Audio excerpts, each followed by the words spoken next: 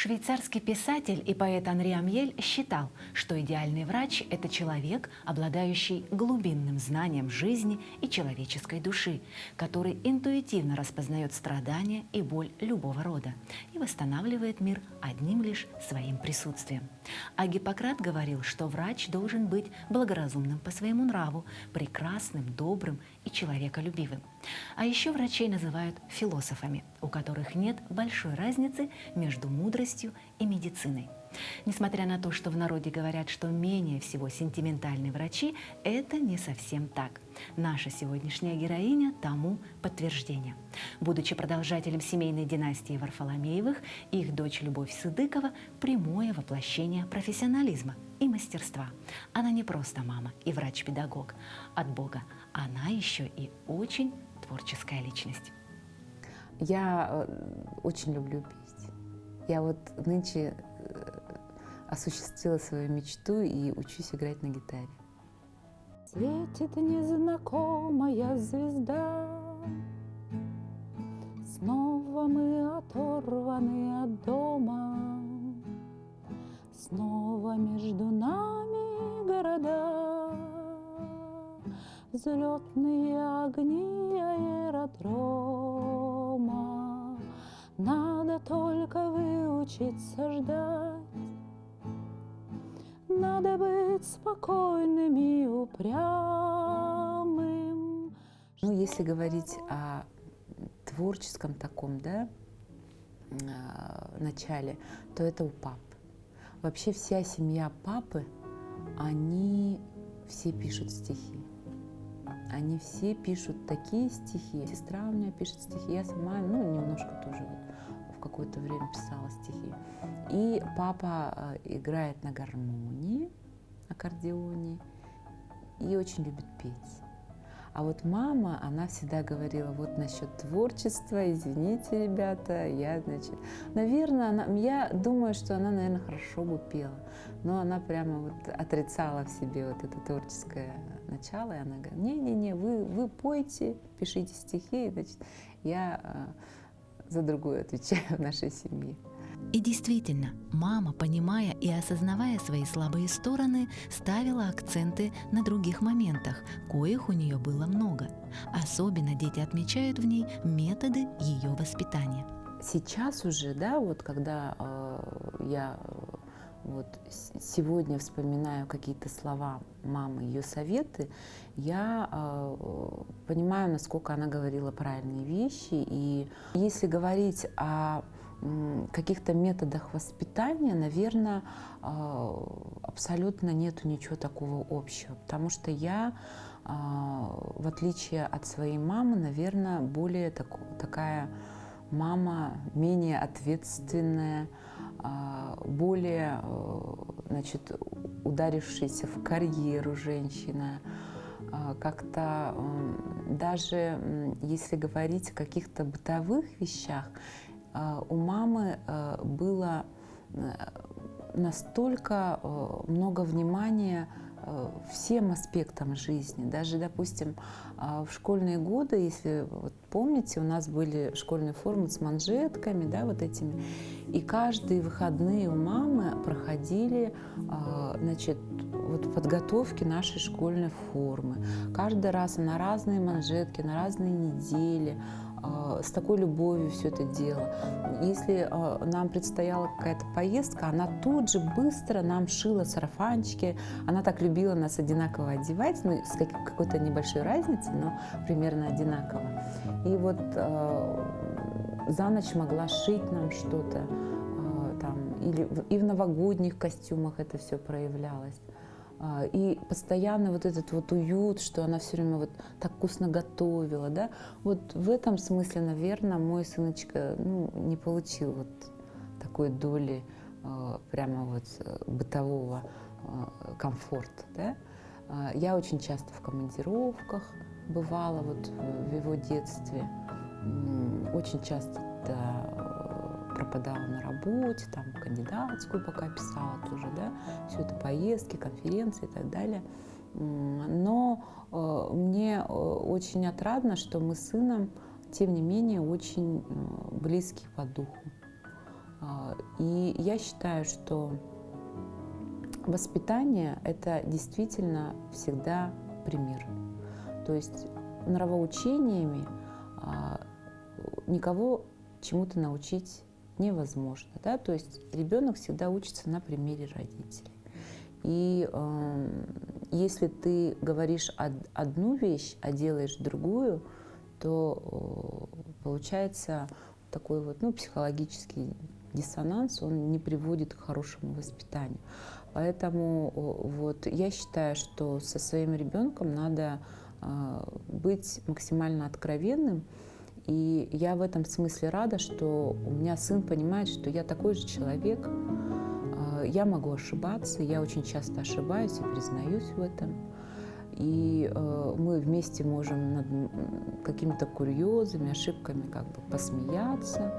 И не стыдно и совета спросить у ребенка. Да? Это всегда, как бы, мне кажется, очень ценно потом для детей. Очень мама не любила, когда мы говорили скучно слово. Она говорила, человеку скучно может быть только в том случае, если он бездельник, да, скажем так. Всегда можно чем-то заняться, в том числе, конечно же, полезным. Поэтому вообще при мне слово скучно, скукота, просьба не употреблять. Да, нам сестры она говорила, когда мы на каникулах там лежали и там говорили, мам, скучно, что-то это. Она, нет, очень много чем можно заняться. Давайте-ка то сделаем, это сделаем. То есть вот в этом смысле. И следующее, что вспоминается, наверное, то, что она во всех людях видела хорошее в первую очередь. И поэтому, видимо, ей в жизни встречались всегда добрые и хорошие люди. И никогда от своей мамы я не слышала дурных слов или обсуждения о других людях. Вот это, мне кажется, тоже очень такое хорошее качество, когда за спиной никогда никого она не осуждала, абсолютно. И нас к этому приучила. Она воспитывала как еврейская мама. То есть одна мама будет там, допустим, ребенок 10 слов правильно написал, 11 неправильно, на этом акцентирует внимание, вот где ты ошибку сделал, надо исправлять и так далее. А еврейская мама 10 слов неправильно, 11 правильно, она сделает акцент на это правильное слово. И вот моя мама воспитывала меня именно так.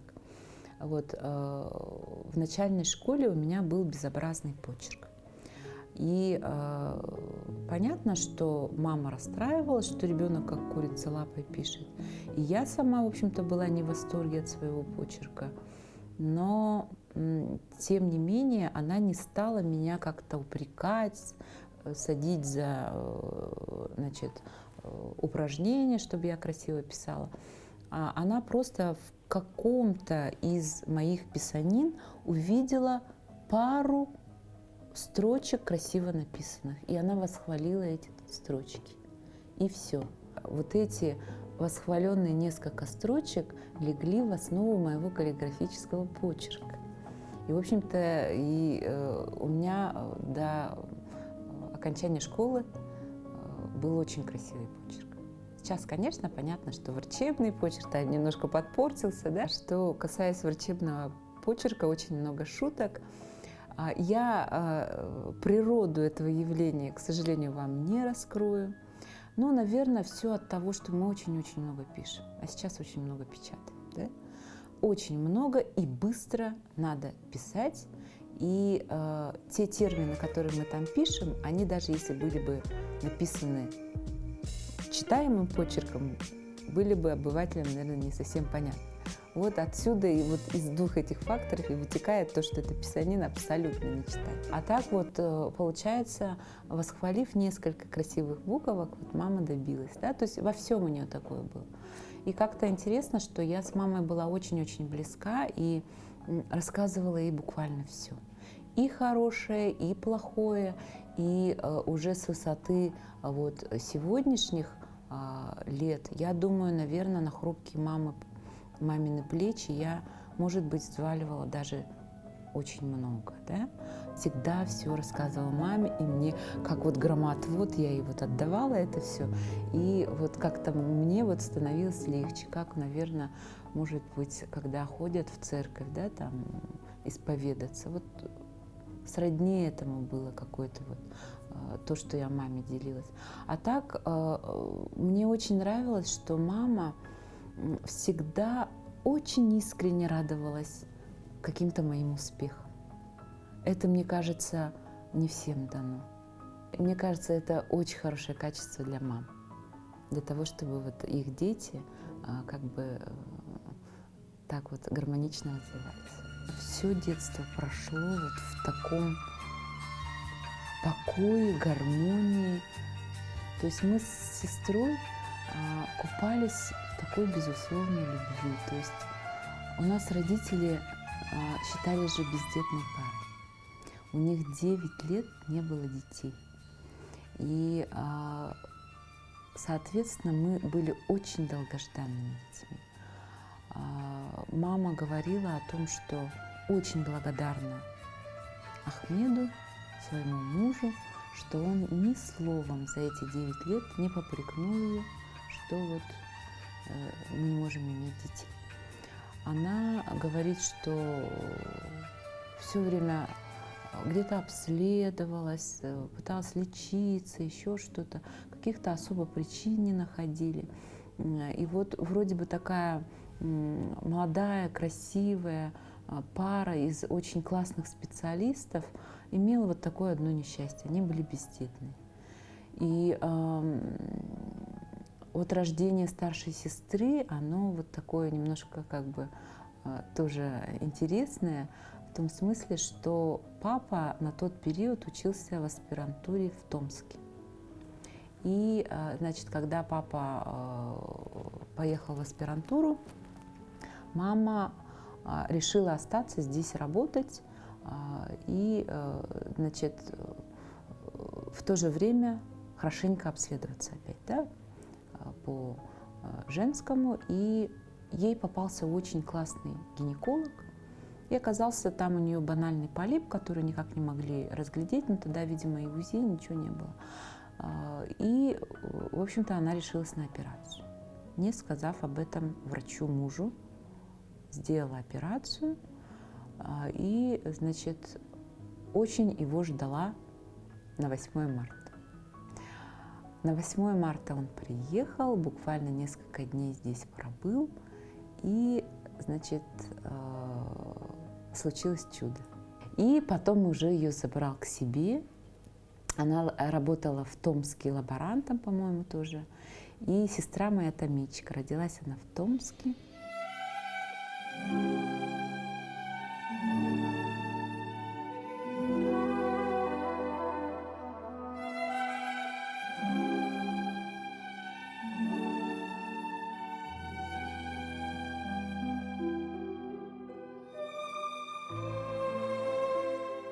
Вот, и они, скорее всего, возможно, даже бы остались в Томске, потому что у папы там и защита, и он там уже и на кафедре, по-моему, работал. Но случилось тоже по воле судьбы, мама сломала ногу. И необходимость была помочь с маленьким ребенком, и папа вот маму на костылях с маленькой дочкой отправил к своим родителям. И они уже вот стали жить с бабушкой, дедушкой, с папиными родителями. И, значит, соответственно, Надя купалась в любви уже и бабушки, дедушки, которые ее тоже очень ждали, да? Поэтому уже не захотели отпустить. Папа поэтому вернулся, и уже родилась я. Вообще у папиных братьев у всех девочка-мальчик, девочка-мальчик, а у нас получилось 2 девочки. И мама всегда говорила: я так рада, что у меня 2 девочки, потому что вы будете подругами, будете друг друга поддерживать. У нас разница относительно небольшая, 2,5 года, но тем не менее, конечно, я очень рада, что у меня есть сестра, к которой я всегда могу обратиться за любым советом. У нас сильно нету отличия, кто старший, кто младший. Надя тоже закончила медицинский институт, но она сразу уехала в аспирантуру по нормальной физиологии. И она защитилась сразу и приехала преподавать. Затем увлеклась фармакологией и стала преподавать. И много лет у нас в мединституте преподавала тоже фармакологию. И я считаю, что она прям педагог от Бога, потому что и до сих пор ее студенты, мне кажется, очень много почерпнули, да, в те годы, когда она преподавала. Затем она переехала в Санкт-Петербург и сейчас работает специалистом по клиническим исследованиям в нашей российской фармфирме, которая называется Vertex. И там она уже как бы создает дизайн клинических исследований, они запускают прямо в производство лекарства, тоже интересный такой процесс. Когда она поступила в мединститут, а я еще была школьница, она меня с собой даже брала в анатомку. Вот эту атмосферу, да, студенчества медицинского ощутила уже будучи школьницей. Я с ней ходила, и мне так это все было интересно. Они все в белых халатах что-то делают. Я им держала анатомический атлас, когда они препарировали труп.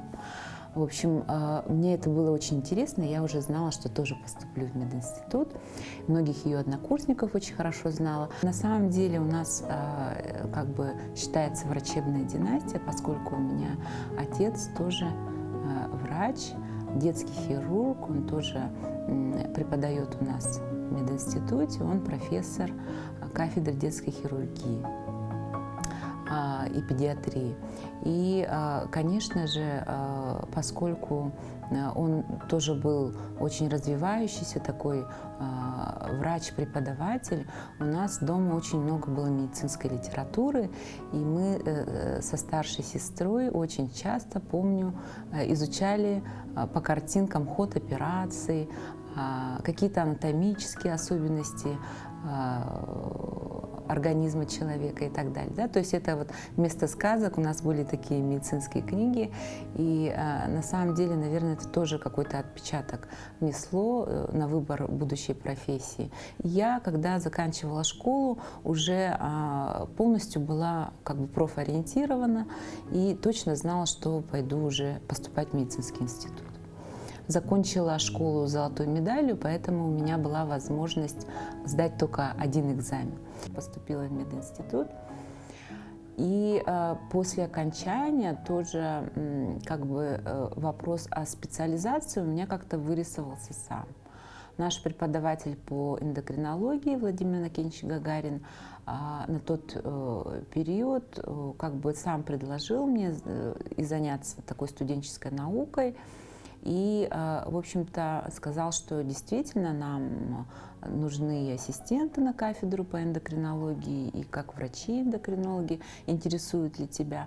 И на тот как бы момент я, не особо вникая, как-то выбрала эту специальность. И затем уже, как бы, когда углубилась, поняла, что это очень бурно развивающаяся наука. Каждая, в общем-то, 6-я Нобелевская премия вручается по эндокринологии. И, наверное, не секрет, какую огромную роль гормоны играют, да, в общем-то, в функционировании всего организма, начиная с рождения и до старчества. Поэтому я, можно сказать, влюбилась в свою специальность. И сейчас работаю заместителем директора медицинского института Северо-Восточного федерального университета. Закончила сама этот же мединститут и, значит, после окончания, после ординатуры прошла специализацию и стала по специальности врачом-эндокринологом. И вот в мединституте уже сразу после окончания стала преподавать параллельно дисциплину эндокринологии. Вот таким образом совмещаю педагогическую деятельность и врачебную. И я думаю, что вот наш с сестрой педагогический какой-то вот талант, он именно от мамы. хотя папа тоже педагог, и он, конечно, тоже выдающийся педагог, но в первую очередь от мамы, потому что она вообще закончила биолого-географический, да, БГФ на тот момент назывался у нас в Якутском госуниверситете. Затем она преподавала химию. Она, в принципе, относительно короткий период преподавала химию в школе в Верхневилюйском Улусе. И сейчас даже есть ученики, и причем это большие люди, профессора там, да, которые помнят и ценят ее уроки. То есть насколько вот это вот был молодой преподаватель, который вот прям запомнился, да, ребятам, которые уже будучи взрослыми людьми до сих пор вспоминают ее как учительницу. Затем она очень многие годы, практически всю жизнь посвятила работе в санэпидстанции. Она была санитарным врачом и была очень многие годы руководителем организационного отдела. Была на очень ответственной работе, но мы ее всегда воспринимали только как маму. И, в общем-то, когда она успевала эту работу делать, потому что, как мудрая женщина, всегда весь фокус внимания, все лавры были папе. Татьяна Азаровна, как все жены выдающихся людей, была крепким тылом для своего мужа. Во многом благодаря поддержке своей супруги Ахмед Романович стал тем, каким знают его сегодня не только в республике, но и за ее пределами. Детский хирург, профессор, доктор медицинских наук, на чьем счету множество спасенных детских душ, сам когда-то висел на волосок от смерти. Имея вот такое имя, очень часто сталкивается с вопросом, почему вот у вас вот такое вот интересное имя, да, Ахмед. Оказывается, в семье у папы, он родился в Верхневилюйском районе, очень много детей умирало. Ну, скорее всего, это, наверное, был туберкулез. Ну, сложно сейчас сказать, из-за какой болезни. Очень много детей до папы, к сожалению, в младенческом возрасте умерли от болезней. И родители уже очень, как бы опасаясь того, что и последующий ребенок умрет, с кем-то там посоветовались, и им сказали, нужно назвать чужеродным именем, чтобы наши как бы абага его не нашли. Да?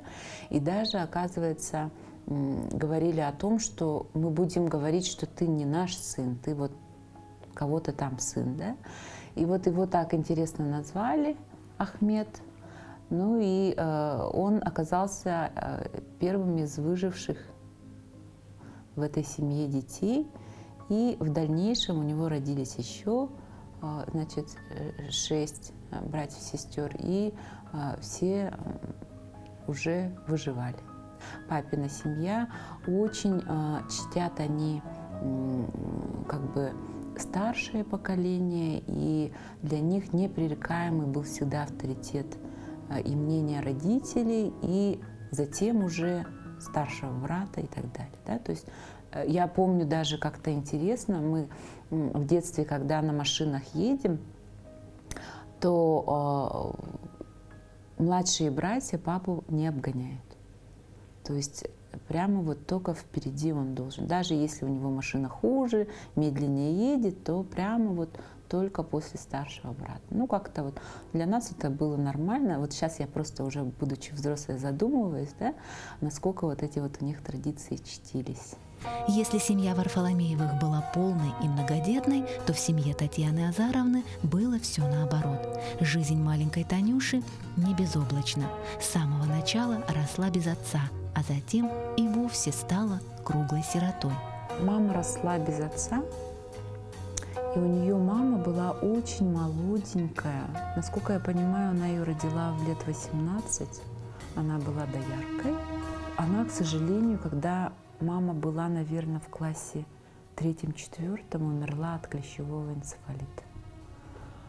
В принципе, мамин отец, хоть у него и была другая уже семья на тот момент, он приехал за дочкой, и он готов был ее забрать. И он потом, когда познакомился с моим отцом, уже говорил: ой, Таня, зря она все-таки со мной не уехала. А мама рассказывает, говорит, мне в интернате нравилось. Какой-то дядька приехал, которого я не видела ни разу. На пароходстве работал. В общем, был капитаном там, да? И какой-то при форме такой, бритый был. И она, говорит, как-то абсолютно чужой, по-русски все время говорил. Мне, говорит, как-то было чуждо это, и она, в общем, отказалась с ним ехать. Не захотела с ним уезжать, осталась в интернате. Были какие-то родственники, но это все-таки родственники, это не прям близкие мамины сестры, братья, поэтому я говорю, практически сирота. Она как-то не заостряла на это внимание, но все-таки проскальзывала, да, что вот как хорошо, что у вас есть я, ваша мама, у меня ведь не было, как это ценно, да, иметь маму. Все-таки вот такие мысли ее я слышала. И она, будучи сиротой, на самом деле вот эту семью Варфоломеевых, семью мужа, как она объединила, это, конечно, здорово. Потому что все братья отца, все их жены просто маму воспринимают как какой-то объединяющий такой, в общем-то, символ, можно сказать, да? Пережив в своем нелегком детстве столько страданий, не до конца прочувствовав материнскую и отцовскую любовь, в глубине души девочка всегда испытывала острую нехватку нежности. Поэтому, когда в ее хрупкой душе зародилось первое чувство любви, оно было настолько сильным и крепким, что ей удалось пронести его до конца своей жизни. История любви родителей, она проверена временем. Они вообще были одноклассники. Там такая интересная история, что в маму был влюблен лучший папин друг. И папа, просто как друг за ним таскался. Он постоянно принимал участие в этих ожиданиях возле школы, еще где-то. А друг прямо все время про нее стихи пишет. Он даже на гимнастику записался, чтобы вот ходить на тот же кружок, куда Таня ходит. Прямо вот восторженно говорит, вот ее зеленые глаза. А папа говорит, у нее зеленые, что ли, глаза? Мне кажется, обычные, коричневые. Нет, у нее такие зеленые глаза. У мамы мама была сахалярка, и поэтому у нее такие светлые-светлые зеленые глаза были.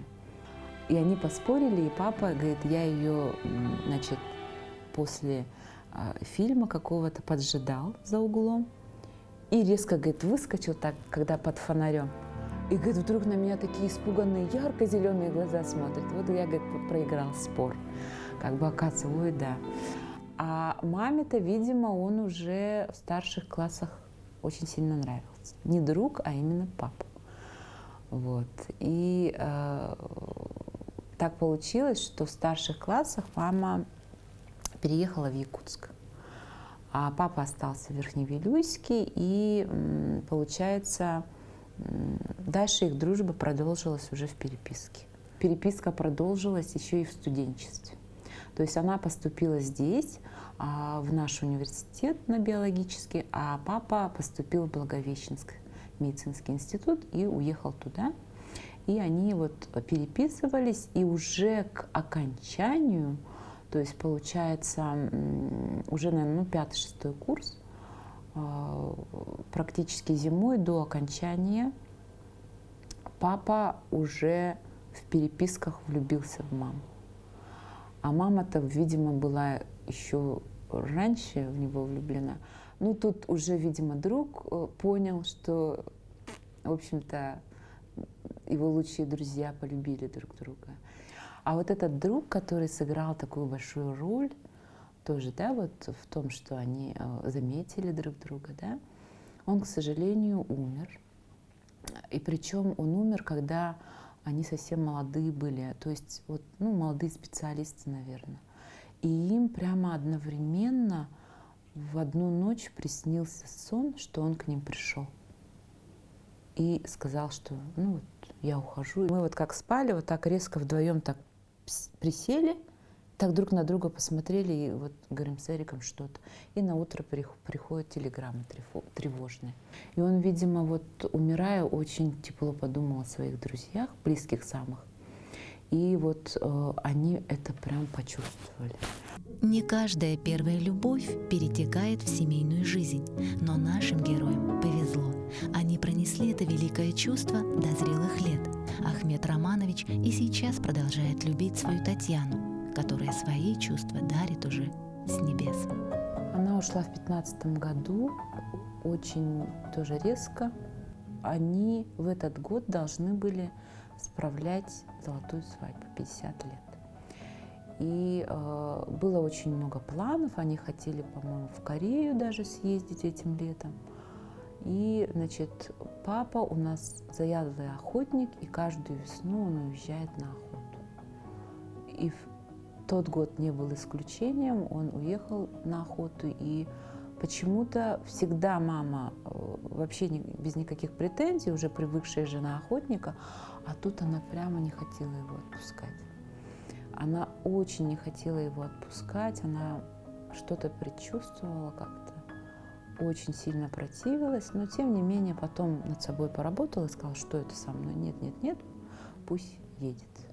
Отпустила его, а папа говорит, прямо как никогда Баянай давал, все дальше уводя в лес.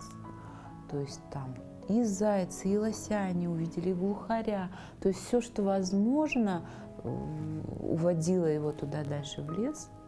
И он говорит, так странно, что он вообще человек очень интуитивный, с такими даже способностями. Тут, говорит, абсолютно, видимо, ну вот никакого предчувствия не было. И я помню такие красные от слез глаза папины, когда он зашел домой, и, оказывается, он чувствовал себя перед нами виноватыми, передо мной сестрой. А я чувствовала себя перед ним виноватой, что я не уберегла маму. То есть вот очень был тяжелый момент, но тем не менее потом уже я уже осознала, что все мы как бы сюда приходим и уходим вовремя. Надо оставить очень светлую память. У нас мама была крещеная, хотя она, ну, как бы вот в советское время атеистка, но в детстве, оказывается, вот детей крестили, она была крещеная, и мы, когда вот с реанимации был звонок о том, что мама ушла, мы как раз с сестрой ехали. Я была за рулем, я посмотрела, на небесах появились купола. Прямо вот это вот мы не можем вдвоем придумывать, прямо вот как вот собор, вот прям картина из облачная картина. И посмотрела в сторону сестры, она то же самое увидела. Это вот появилось и рассеялось. И тут же звонок. И мы с ней, когда взглянули друг на друга, увидев эти облака в виде куполов, мы все поняли. Я уплываю, и ветер несет меня с краю на край. С берега к берегу, сот мили к отмели, друг мой, прощай. Знаю, когда-нибудь с дальнего берега давнего прошлого ветер весенний ночной принесет тебе вздох от меня. Ты погляди, ты погляди, ты погляди, не осталось лишь что-нибудь после меня. Полночь забвения на поздней окраине жизни твоей. Когда вспоминаю маму, в первую очередь вспоминаю теплые-теплые руки. Ну вот прямо вот мягкие, добрые, заботливые руки, да? Улыбку, чувство юмора. Лично для меня добрее ее людей я не видела. В чем-то была даже наивна. Это вот ее характеризуют как какой-то очень нежный цветок, который не видел какой-то грязи, зла. Мы, наверное, очень часто не задумываемся, насколько важна в жизни каждого человека мама.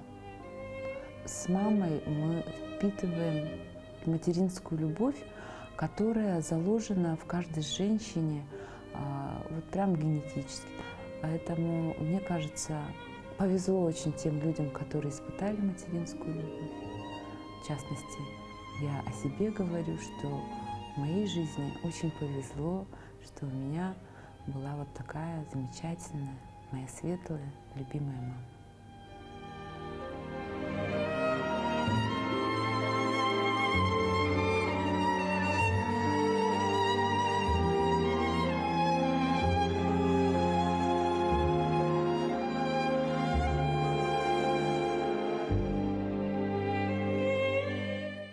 Гиппократ говорил, что любовь к врачебному искусству и есть любовь к человечеству. Наша героиня этот афоризм подтвердила сегодня на все 100%. Стала замечательным врачом, как папа, и прекрасной матерью, как мама. И несмотря на то, что она уже давно опустила свои ангельские крылья, мама всегда рядом. Ну а если вы не верите в ангелов, просто посмотрите в глаза своей мамы.